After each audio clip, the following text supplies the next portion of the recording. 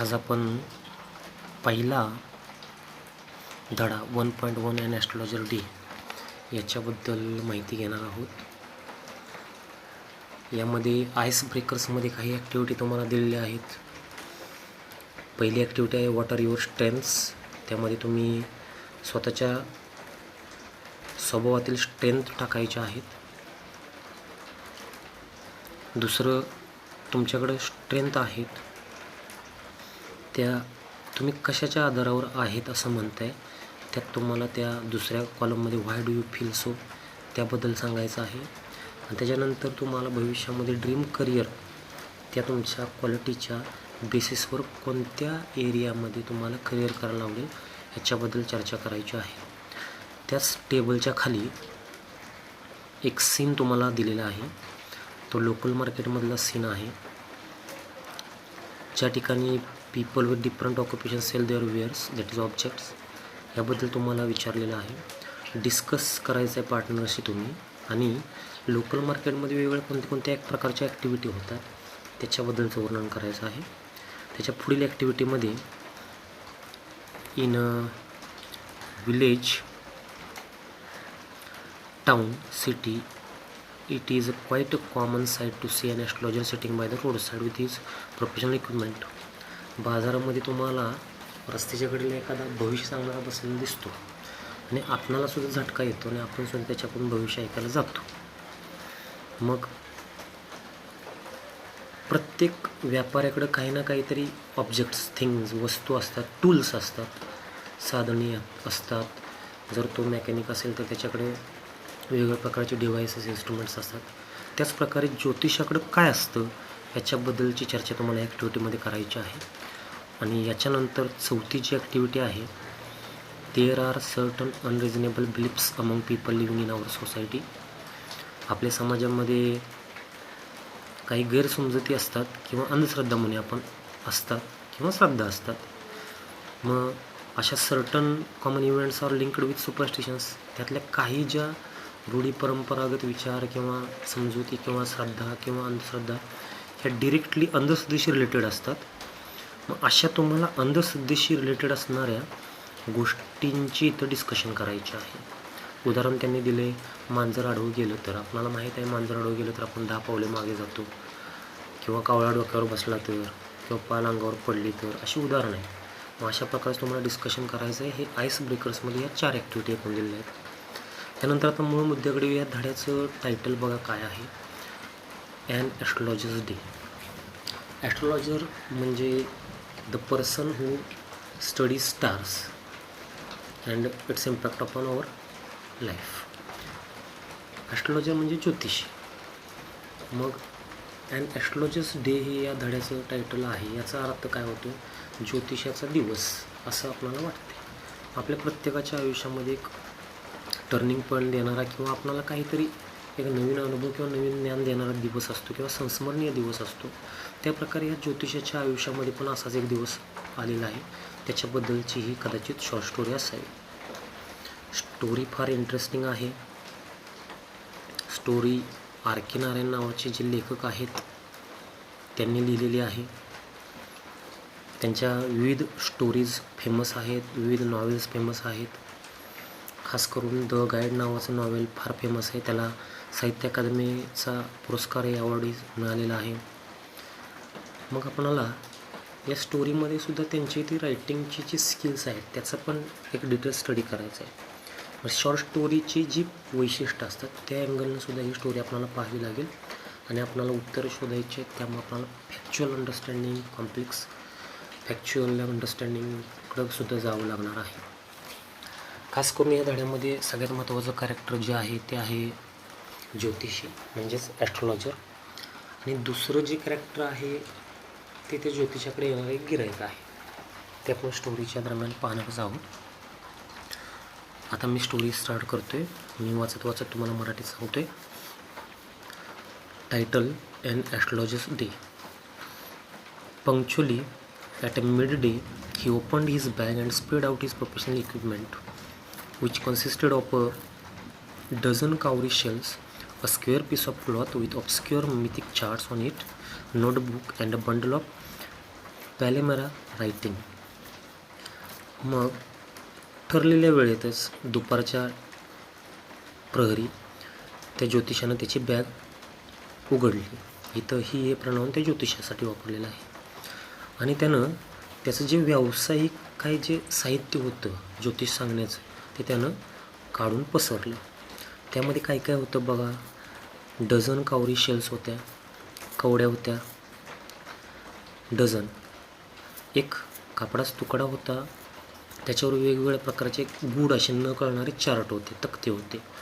एक वही होती आणि शेवटी खजुराच्या पानावर काहीतरी लेखन केलेले असे काही खजुरांच्या पानांचा संच बंडल होता तिथं त्याच्याकडं.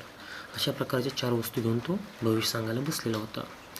His forehead was resplendent with sacred ash and वर्मिलॉन.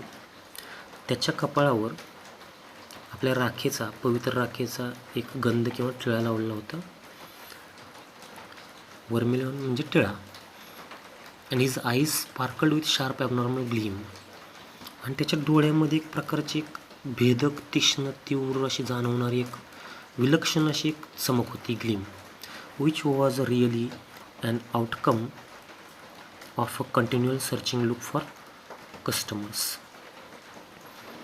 आणि ह्या सगळ्या वातावरणामध्ये तो जे साहित्य मांडून बसला होता, त्याच्या कपाळावर जो टिळा होता, त्याच्या डोळ्यांमध्ये एक वेगळी तेज होते.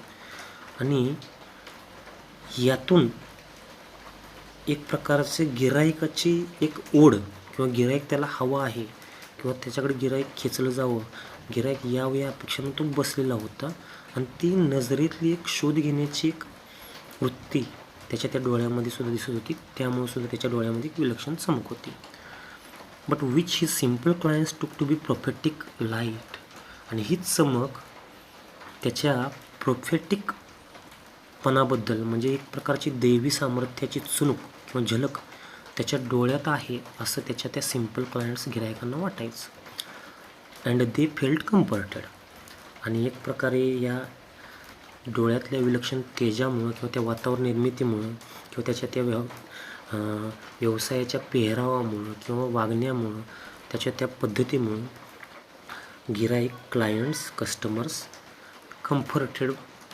कम्फर्टेबल फील करायचे, त्यांना समाधान वाटायचं. The power of his eyes was considerably enhanced by their position placed as they were between the painted forehead and the dark whiskers we stream down his cheeks. Even half wits eyes would sparkle in such a setting. या ठिकाणी वाक्य काय म्हणते बघा. The power of his eyes was considerably enhanced. त्याच्या डोळ्यातली ताकद ही विलक्षणरित्या वाढलेली होती, प्रभावी वाटत होती. एनहान्स्ड, इन्क्रीजड, वाढलेली. बाय देअर पोझिशन प्लेस्ड, कारण त्यांची जी ठेवण होती डोळ्यांची, as they were between the painted forehead. त्याच्या डोळ्याखाली कपाळावर जो टिळा लावला होता त्या कपाळाखाली त्याचे डोळे आणि त्याच्याखाली द डार्क विस्कर्स म्हणजे त्याची दाढी, विच स्ट्रीम डाऊन ही चीक, जी गालावर सगळीकडे पसरलेली होती. म्हणजे तुम्हाला माहीतच आहे ऋषीमुनी किंवा तपस्वी लोकांची कशी दाढी असते किंवा कपाळावर कसा टिळा असतो त्याप्रमाणेच त्याचा तो पेहराव होता, त्याची ती चेहऱ्याची ठेवण होती. ही ठेवण बघून even half wits eyes would sparkle in such a setting. एखादा मंदबुद्धी माणूस जर त्याच्यासमोर उभा केला तरी तो सुद्धा त्याच्याकडून त्याच्या त्या चेहऱ्याच्या तेजामुळं प्रभावित व्हायचा आणि त्यातून ते वातावरण भविष्य सांगण्यासाठी निर्माण व्हायचं. म्हणजे प्रत्येक व्यक्तीला त्याच्याकडं भविष्य ऐकण्यासाठी जावं अशा प्रकारचं एक सेटिंग, अशा प्रकारचं एक ॲपिरन्स, अशा प्रकारचं एक बिहेवियर, अशा एक प्रकारची रचना त्याच्या त्या मार्केटमध्ये बसण्याच्या ठिकाणी त्याने केलेली आणि त्याच्या त्या पेहरावामध्ये पण जाणवत होती. टू क्राऊन द इफेक्ट, आणि याच्यावर कळस म्हणून किंवा एकदम टोक म्हणून, he wound a saffron coloured turban around his head. त्यानं त्याच्या डोक्याभोवती भगव्या रंगाचा फेटा परिधान केला होता आणि याच्यामुळे एक वेगळीच पर्सनॅलिटी ज्योतिष सांगणाराची त्याच्यामध्ये त्यानं निर्माण केली होती. This colour scheme never failed. ही जी त्याची रंगसंगती आहे, पेहराव आहे, त्याची वागण्याची पद्धत आहे, मार्केटमध्ये त्याचा तो एक प्रकारचा अट्रॅक्टिव्ह लुक आहे, त्यामुळं त्याला त्याच्या व्यवसायात कधीही अपयश आलेलं नव्हतं. People were attracted to him as bees are attracted to cosmos or dahlia stalks. ज्याप्रमाणे फुलांच्या देठाकडे मधमाशा आकर्षित होतात, त्याचप्रमाणे गिराईक त्याच्याकडे आकर्षित होत होतं. He sat under the boughs of spreading He sat under the boughs of a spreading tamarind tree which flanked a path running through the town hall park. मग त्या टाउन हॉल पार्कच्या मधून जाणाऱ्या रस्त्याच्या त्या कोपऱ्यामध्ये जे एक चिंचेचं झाड होतं, त्या चिंचेच्या झाडाखाली हा ज्योतिष सांगणारा बसलेला होता. It was a remarkable place in many veg. ते जे मार्केटमधलं ते ठिकाण होतं, टाउन हॉल पार्कचं ते ठिकाण किंवा ते चिंचेचं झाड, ही सगळी बाजारपेठ एक वैशिष्ट्यपूर्ण ठिकाण बनलेलं होतं त्या शहरातलं. A surging crowd was always moving up and down his narrow road from morning till night. मग अतिशय वाढत जाणारी गर्दी ही कायम त्या अरुंद अशा रस्त्यात सकाळपासून रात्रीपर्यंत त्या लोकांची गर्दी वाढत जायची किंवा लोकांची ये जा होत राहायची. मग अगदी सकाळी जी गर्दी वाढायची हळूहळू ती संध्याकाळपर्यंत वाढतच जायची. A variety of trades and occupations was represented along its ways. Medicine sellers of stolen hardware and junk, magicians, and above all, an auctioneer of cheap cloth who created enough din all day to attract the whole town. वेगवेगळ्या प्रकारचे व्यापार, वेगवेगळ्या प्रकारचे व्यवसाय was represented along its way. त्यांचं दर्शन या ठिकाणी तुम्हाला मार्केटमध्ये पाहायला मिळायचं. औषध विक्रेते असायचे, चोरलेलं हार्डवेअर विकणारेसुद्धा विक्रेते असायचे, ज्याला आपण चोर बाजार म्हणतो. जंक फूड विकणारे विक्रेते, जादूगार, आणि याच्यावर एक कमी दरात कपडे विकणारासुद्धा तिथं होता. हू क्रिएटेड इनफ दिन, जो ओरडून सगळा गोंगाट करायचा all day to attract the whole town. आणि त्याच्या त्या गोंगाटानं, त्याच्या त्या दंग्यानं, त्या गिराईक बोलवण्याच्या त्याच्या त्या आरोळ्यानं सगळं शहर त्याच्याकडे आकर्षित व्हायचं. या ठिकाणी तुम्हाला त्या बाजारपेठेतील इतर व्यावसायिकांची वैशिष्ट्यपूर्ण वर्णन पाहायला मिळते. Next to him in vociferousness came a vendor of fried groundnut. आणि या ज्योतिषाच्याच पुढं आणखीन एक विक्रेता होता, तो म्हणजे खरमुरे विकणारा विक्रेता, वेंडर विक्रेता, ग्राउंडनट शेंगा किंवा खरमुरे. आणि तो व्हेसिफेरसनेस म्हणजे त्याचा गोंगाट भरपूर असा, त्याचा पण दंगा भरपूर असा, त्याच्या आरोळ्या भरपूर असायचा. हू गेव हिज वेअर अ फॅन्सी नेम इच डे. त्याची जी वस्तू होती ग्राउंडनट, त्याला तो दररोज काहीतरी वेगळ्याच नावानं पुकारायचा. कधी त्याला तो बॉम्बे आईस्क्रीम म्हणायचा, कॉन्गेट Bombay ice cream one day, and on the next day, दुसऱ्याच दिवशी त्याला तो दिल्ली आलमंड म्हणायचा, दिल्लीचे बदाम म्हणायचा, and on the third day राजाचं डेलिकसी, राजाची स्वीट अशी एकदम सॉफ्ट अशी एक डिश, आवडता पदार्थ असं म्हणायचं, and so and so fourth. अशी वेगवेगळी नावं तो देऊन गिरायकांना आकर्षित करायचा. आणि पीपल फ्लॉक टू हिम, आणि लोक अक्षरशः त्याच्या पाठीमागं लागायचे ते विकत घेण्यासाठी. A considerable portion of this crowd, आणि एक फायदा याचाच याला व्हायचा ज्योतिषाला. गर्दी त्याच्या जवळचेच त्या खरमुरी विक्रेत्याकडे व्हायची, ग्राउंडनट वेंडरकडं, पण त्याचा इनडायरेक्ट फायदा कोणाला व्हायचा, या ज्योतिषाला व्हायचा. A considerable portion of this crowd, त्या खरमुरे विकत घ्यायला येणाऱ्या गिरायकांपैकी मोठ्या प्रमाणातले लोक dallied before the astrologer too, ते सुद्धा ज्योतिषाच्या पुढं येऊन चक्कर मारायचे, बसायचे भविष्य पाहायला. The astrologer transacted his business by the light of a flare which crackled and smoked up above the groundnut heap nearby. शेजारीच खुरमुरे विकणारा विक्रेता, त्यानं लावलेला तो खुरमुऱ्यांचा ढीग, ग्राउंडनटचा ढीग, आणि त्यातून तो त्याला गरम करायचा वगैरे, त्यातून येणारा दूध, त्याची ती तडतड, याच्या दरम्यानच त्या खरमुरे विक्रेत्याकडे एक कंदील होता, फ्लेअर.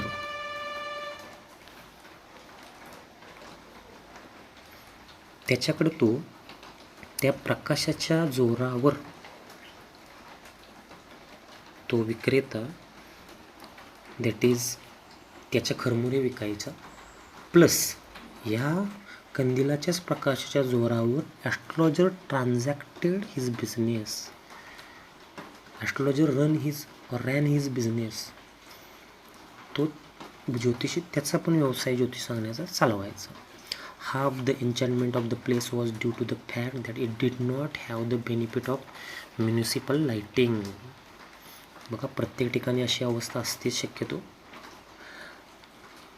त्या बाजारपेठेमध्ये म्युनिसिपालिटीची, त्या नगरपालिकेची किंवा त्या तिथल्या असणाऱ्या पंचायतीची वगैरे कोणत्याही प्रकारची प्रकाश व्यवस्था नव्हती आणि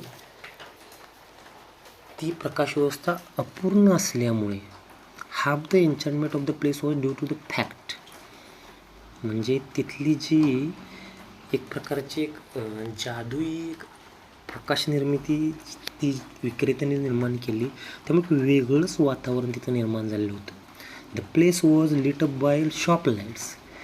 ते ठिकाण खास करून दुकानात असणाऱ्या कंदील, लाईट्स, प्रकाश व्यवस्थेनंच उजळून निघालं होतं. 1 or 2 had hissing gas lights. 1 किंवा 2 वेंडर्सकडं हिसिंग जुन्या त्या पुरपुरणाऱ्या गॅस लाईट्स, जुनी कंदील होते. Some had naked flares. काही जणांच्याकडं वेगळ्या प्रकारचे खांबावर असणारे कंदील होते, stuck on poles. Some were lit up by old cycle lamps. काही जणांच्याकडं, काही विक्रेत्यांकडं जुन्या सायकलचे जे दिवे असतात त्या प्रकारचे दिवे किंवा कंदील होते. And 1 or 2 like the astrologer managed without lights of their own. आणि हा ज्योतिषी दुसऱ्यांवर अवलंबून होता. मग ज्योतिषासारखे 1-2 आणखीन होते जे त्यांच्याकडे कंदील वगैरे काही नव्हता, सायकल लॅम्प नव्हता, कुठलाही पोल शेजारी त्या फ्लेअर वगैरे नव्हता. ते दुसऱ्यांच्या ह्या प्रकाशावर आपला व्यवसाय करायचे. It was a bewildering crisscross of light rays and moving shadows. आणि अशा प्रकारे त्या ज्योतिषाच्या पुढे किंवा त्या बाजारपेठेमध्ये एक वेडावाकडा प्रकाशांचा खेळ चालायचा, त्या सावल्यांचा खेळ चालायचा. आणि ते एक वातावरण त्याला फेवरेबल होतं भविष्य सांगण्यासाठी. दिस सुटेड द ॲस्ट्रॉलॉजर व्हेरी वेल म्हणले बघा इथे. आणि ह्या प्रकारची प्रकाश रचना त्याला सूट करायची, त्याच्या त्या व्यवसायाला पोषक होती. फॉर द सिम्पल रिझन, कारण काय होते साधं, he had not in the least intended to be an astrologer when he began life. त्यानं ज्यावेळेस त्याच्या आयुष्याची सुरुवात केली त्यावेळेस त्यानं कधीही त्याच्या मनात अशी इच्छा नव्हती, इंटेंट त्यानं केलं नव्हतं, विश केलं नव्हतं की त्याला ज्योतिष व्हायचं आहे. And he knew no more of what was going to happen to others than he knew what was going to happen to himself next minute. पुढच्याच मिनटात त्याच्याबरोबरच काय घडणार आहे त्याला माहीत नसायचं, तरीसुद्धा बघा तो ज्योतिष सांगायचा इतरांचा. He knew no more of what was going to happen to others also. त्यालासुद्धा काय माहीत नव्हतं इतरांच्या बरोबर पुढच्या त्यांच्या भविष्यात काय घडणार आहे, तरीसुद्धा बघा विरोधाभास आहे. तो मात्र इथं सगळ्या जगाचं भविष्य सांगायचा आणि त्याला स्वतःचं भविष्य माहीत नव्हतं. He was as much a stranger to the stars as were his innocent customers. त्याचं जे निष्पाप, एकदम साधं भोळं बाबडं गिराईक, कस्टमर जे यायचं, त्यांना जसं स्टार्सबद्दल काही माहीत नव्हतं, हे आपल्या जीवनावर ग्रहताऱ्यांचा काय प्रभाव पडतो ते माहीत नव्हतं, तेवढाच अनभिज्ञ किंवा अपरिचित किंवा अज्ञानी हा ज्योतिषसुद्धा होता. तरीसुद्धा विरोधाभास आहे, तरीसुद्धा तो भविष्य सांगायचा. Yet he said things which pleased and astonished everyone. तरीसुद्धा तो प्रत्येकाला खुश करायचा भविष्य सांगून. That was more a matter of study. म्हणजे हे त्यानं अभ्यासातनं मिळवलं होतं, प्रॅक्टिसमधनं मिळवलं होतं, अँड श्रूड ग्रेसवर. आणि त्याचं जे चातुर्य होतं ह्या सरावाच्या गोष्टीतून त्यानं हे सगळं ज्योतिष सांगण्याची कला अवगत केली होती. All the same it was as much an honest man's labour as any other. जसं इतर प्रामाणिक व्यक्ती, कष्टकरी व्यक्ती, मजदूर व्यक्ती कष्ट करून पैसे कमवतात, तसंच त्याचं हे सुद्धा प्रामाणिक प्रकारचं एक प्रोफेशन होतं, असं इथं लेखक थोडंसं ह्युमर वापरत मांडतो आहे. आणि डिझर्व द वेजेस. आणि त्यामुळे त्यानं भविष्य सांगण्याबद्दल लोकांच्याकडून घेतलेले पैसे हा खरोखर त्याच्यासाठी मोबदला होता, योग्य रूपात मोबदला होता. He carried home that money at the end of the day. आणि दिवस संपायचा त्यावेळेस तो ते पैसे घरी येऊन जायचा. भविष्य सांगण्याबद्दल घेतलेला तो मोबदला घेऊन तो घरी जायचा. He had left his village without any previous thought or plan. त्यानं ज्यावेळेस त्याचं गाव सोडलं होतं त्यावेळेस त्यानं कुठल्याही प्रकारचं मनात प्लॅनिंग किंवा वेगळा असा विचार भविष्याबद्दल केलेला नव्हता. If he had continued there he would have carried on the work of his forefathers. जर तो गावातच राहिला असता तर त्याच्या पूर्वजांसारखं फोरफादर्स, त्याचे आजी आजोबा, त्याचे पणजोबा यांच्यासारखंच त्यांचंच काम त्यानं केलं असतं. आणि ते पूर्वज काय काम करायचे, नेमली टिलिंग द लँड.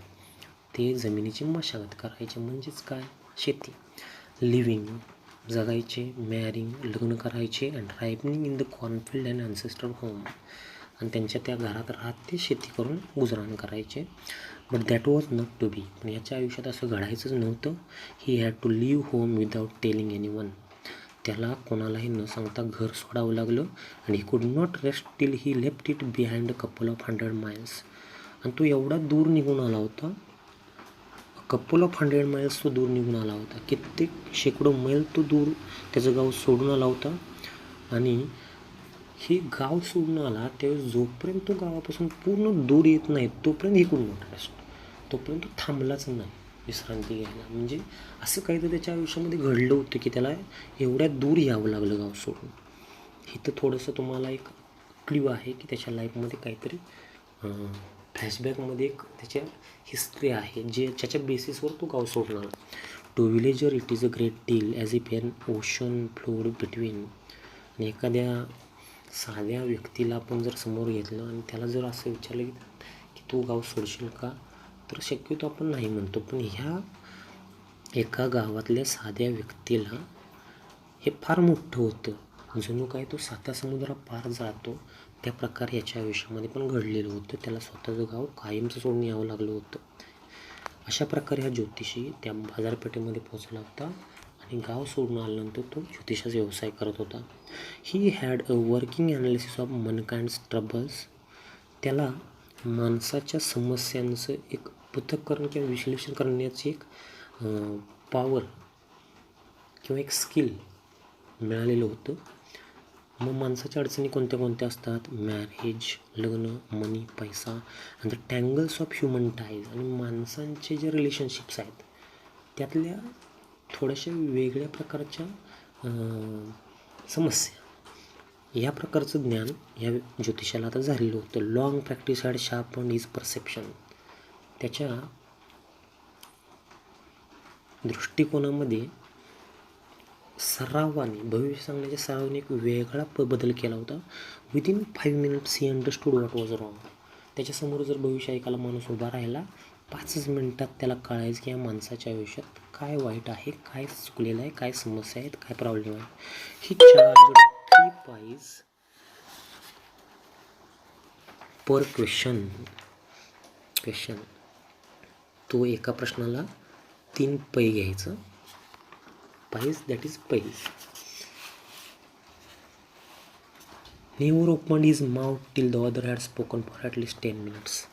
या ज्योतिषाला एक सवय होती भविष्य सांगताना, पुढचा गिऱ्हाईक 10 मिनटं बोलल्याशिवाय तो त्याचं काहीही बोलणं सुरूच करायचं नाही. Which provided him enough stuff for a dozen answers and advices. मग एक प्रकारचं त्याच्याकडे भांडवल तयार व्हायचं. तो व्यक्तीचं ऐकायचं. आणि जर त्यानं ते 10 मिनटं त्या व्यक्तीला ऐकलं, याच्यामुळे it give him opportunity to give answers and advices to that particular person. त्या व्यक्तीला तो मग त्याच्या समस्यांवरचे उपाय, उत्तरे, सल्ले देण्यासाठी त्याच्याकडे भरपूर ह्या गोष्टींची माहिती जमा व्हायची. अशा प्रकारे तो भविष्य सांगायचा. When he told the person before him gazing at his palm.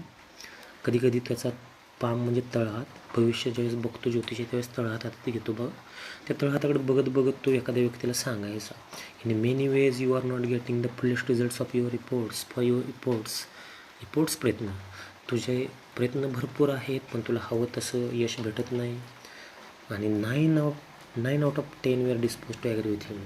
10तले 9 जण ह्या वाक्याचे समाधानी व्हायचे, सहमत व्हायचे. म्हणजे कशा ट्रिक्स त्यानं बनवलेल्या होत्या त्याच्याकडं बघा. Or he question, is there any woman in your family, maybe even a distant relative who is not well dispose to us you. तुमच्या घरात अशी कोणी कुटुंबात स्त्री आहे का, किंवा एखादा दूरचा नातेवाईक आहे का, ज्याला तुमच्याबद्दल चांगलं सुचत नाही, चांगलं वाटत नाही, किंवा ज्याला तुमची प्रगती बघवत नाही, किंवा तुमच्याबद्दल इलविशेस आहेत. हे सुद्धा लोकांना पटायचं. Or he gave an analysis of character, most of your troubles are due to your nature. किंवा मग तो त्याचं फिक्स्ड जो क्रायटेरियातली वाक्य आहे त्यातलं एखादं वाक्य आणखीन बरं घालायचा. Most of your troubles are due to your nature, तुमच्या स्वभावामुळेच तुमच्या अडचणी आहेत. How can you be otherwise with Saturn way he is. तुमच्या आयुष्यामध्ये शनी ग्रहाची एक प्रकारे तुम्हाला पीडा आहे. काय घडणार? You have an impetus nature, तुमच्याकडे एक उतावळी स्वभाव आहे. नेचर स्वभाव इम्पेटस, उतावळी आणि रफ एक्सटेरियर, आणि बाहेरनं तुम्ही थोडंसं रफ आहात, स्टर्न कठोर वागता. आणि अशा प्रकारची वाक्य ऐकून descended him to their customers heart immediately. तो लगेचच लोकांच्या मनामध्ये त्याचं घर करायचं, लोकांना पटेल असं तो त्यांच्या हृदयापर्यंत जाऊन पोचायचा आणि बोलायचा. For even the mildest of us loves to think that he has a forbidding exterior. आपल्याला प्रत्येकाला वाटत असतं की आपल्याकडं असं काहीतरी आहे ज्याच्यामुळं काहीतरी गोष्टी आपल्या आयुष्यामध्ये वेगळ्या घडत आहेत. The nuts vendor blew out his flare. आता ज्योतिषाच्या स्किलबद्दल वर्णन झाल्यावर आता स्टोरी स्टार्ट होते. तर ॲक्च्युली इन्सिडेंट स्टार्ट होते. The nuts vendor blew out his flare. Flare म्हणजे कंदील. त्या खरमुरी विक्रेत्यानं, ग्राउंडनट विक्रेत्यानं, वेंडर विक्रेता त्यानं त्याचा कंदील विझवला कारण रात्र झाली होती. And rose to go home, आणि तो घरी जायला निघाला. This was a signal for the astrologer to bundle up too. आणि ही एक प्रकारची खूण होती किंवा एक निशाणी होती की चला आता बिझनेस संपला, घरी जायचं आहे. आणि ही ज्योतिषाला पण लागू पडत होती. ही ज्योतिषाला त्यानं सिग्नल दिली की चला आता धंदा किंवा व्यवसाय बंद करूया. Since it left him in darkness. आणि ज्योतिषाला सुद्धा जाणं भाग होतं कारण त्या कंदिलावरच, त्या फ्लेअरवरच, त्या नट्स वेंडरच्या तो बिझनेस करायचा. आणि त्यामुळं अंधार पडला. Except for a little shaft of green light which stayed in front of somewhere and touch the ground before him. काही तिथं शेजारी असणारी प्रकाश व्यवस्था होती, त्यातून जो ग्रीन लाईट मिळत होता तो थोडासा पुढं पडलेला होता त्याच्या मैदानावर समोर, पण हवा तसा तो प्रकाश नव्हता. He picked up his cowrie shells and paraphernalia म्हणजे इक्विपमेंट्स ऑर टूल्स, सगळी साधनं त्याची भविष्य सांगण्याची. त्या ज्योतिषानं तो नट्स वेंडर निघाला आहे म्हणून त्यानं सुद्धा जाण्यासाठी त्यानं त्याच्या त्या कवड्या, त्याचं ते सगळं चार्ट वगैरे, ते सगळे तक्ते, ते खजुराची पानं वगैरे सगळं गोळा केलं आणि वहीसुद्धा गोळा केली. आणि तो he was putting them back into his bag. ज्यावेळेस तो त्याच्या बॅगमध्ये तो ठेवायला गेला, when the green shaft of light was blotted out. तेवढ्यात जी सावली त्याच्या समोर पडली होती ती कोणाच्या तरी येण्यामुळे पुसली गेली, म्हणजे दिसेनाच झाली. He looked up. मग ज्योतिषानं वर पाहिलं and he saw a man standing before him. आणि त्याला समोर एक माणूस दिसला. He sensed a possible client. मग ज्योतिषानं ओळखलं हा भविष्य ऐकायला आलेला कोणतरी व्यक्ती आहे, आपलं गिराईक आहे. He sensed possible client and said you look so careful. मग तो त्याला बोलला, अरे तू तर काळजीत दिसतोयस. It will do you good to sit down for a while and chat with me. जरा माझ्यासमोर बस आणि माझ्याशी बोल, म्हणजे मी तुला भविष्य सांगेन, तुम्हाला पैसे दे. असं ज्योतिषाने इनडायरेक्टली इन्व्हाइट केलं. म्हणजे जाता जाता एक गिराईक त्याला सापडलं असं त्याच्या मनात आलं, थोडे आणखीन पैसे वाढतील. The other man grumbled some reply vaguely. त्या माणसाला भविष्य ऐकायचं नव्हतं, त्यानं कुरकुरतच काहीतरी न कळणारा त्याला प्रतिसाद दिला. The astrologer pressed his invitation. तरीसुद्धा ज्योतिषानं त्याला विनवणी केली की ऐक माझं भविष्य मी तुला सांगतो. Whereupon the other man thrust his palm under his nose. मग त्या वैतागलेल्या माणसानं थोडंसं रागात त्याचा तळहात त्या ज्योतिषाच्या समोर पकडला आणि तो त्याला म्हणाला, same you call yourself an astrologer. तू स्वतःला काही भविष्य सांगणारा समजतोस. The astrologer felt challenged. मग मात्र ज्योतिषाला एक प्रकारचं आव्हान दिल्यासारखं झालं आहे. And said tilting the other's palm toward the green shaft of light. मग त्यानं थोडासा त्या तळहाताला त्या प्रकाशाच्या दिशेनं वळवलं आणि तो त्या व्यक्तीला म्हणाला, युअर्स इज अ नेचर, तुझा स्वभाव. आणि लगेच तो व्यक्ती बोलला, oh stop that. The other man say, थांब, हे काही मला सांगू नकोस असं त्याला म्हणायचं होतं. टेल मी समथिंग वर्थवाईल, काहीतरी अस्सल सांग, ओरिजिनल, खरं, विचार करण्यासारखं. Our felt picked I charge only 3 pice per question and what you get out to be good enough for your money. मग ज्योतिषीसुद्धा बोलला, आवर फ्रेंड फेल्ट पिक्ड. मित्रांना माझा राग येतो. I charge only 3 pice per question. मी तर फक्त एका प्रश्नाला 3 पैसे घेतो. What you get out to be good enough for your money. आणि मी जे भविष्य सांगतो त्यातल्या पैसा मी मोबदला ते भविष्य चांगलं सांगण्यातून देतो. त्यामुळे मी काही जास्त पैसे घेतो असं मी म्हणत नाही, असं ज्योतिषाने त्याला सांगितलं. म्हणजे एक प्रकारे ज्योतिषाने त्याची फी सांगितली. At this the other man withdrew his पैशाचा विषय ऐकल्यानंतर मात्र त्या माणसानं त्याचा हात मागे घेतला. टूक आउट एन आणा, आणि त्यानं खिशात हात घालून एक आणा काढला. And he flung it to the astrologer. त्यानं त्या ज्योतिषाला तो आणा फेकला आणि त्याला म्हणाला ज्योतिषाला, same I have some questions to ask. मला काही तुला प्रश्न विचारायचे आहेत. If I prove you are bluffing, जर तू फसवणूक करणारा माणूस असशील, you must return that anna to me with interest. तर मात्र तुला इंटरेस्ट म्हणजे व्याजानं तो आणा मला परत करावा लागेल. इफ यू, मग ज्योतिषानं उत्तर दिलं, if you find my answer satisfactory will you give me 5 rupees. मात्र जर माझी उत्तरं तुला पटली तर मग मला काय 5 रुपये तू देशील का. मग मात्र तो गिऱ्हाईक आलेला व्यक्ती म्हणाला, नो, नाही.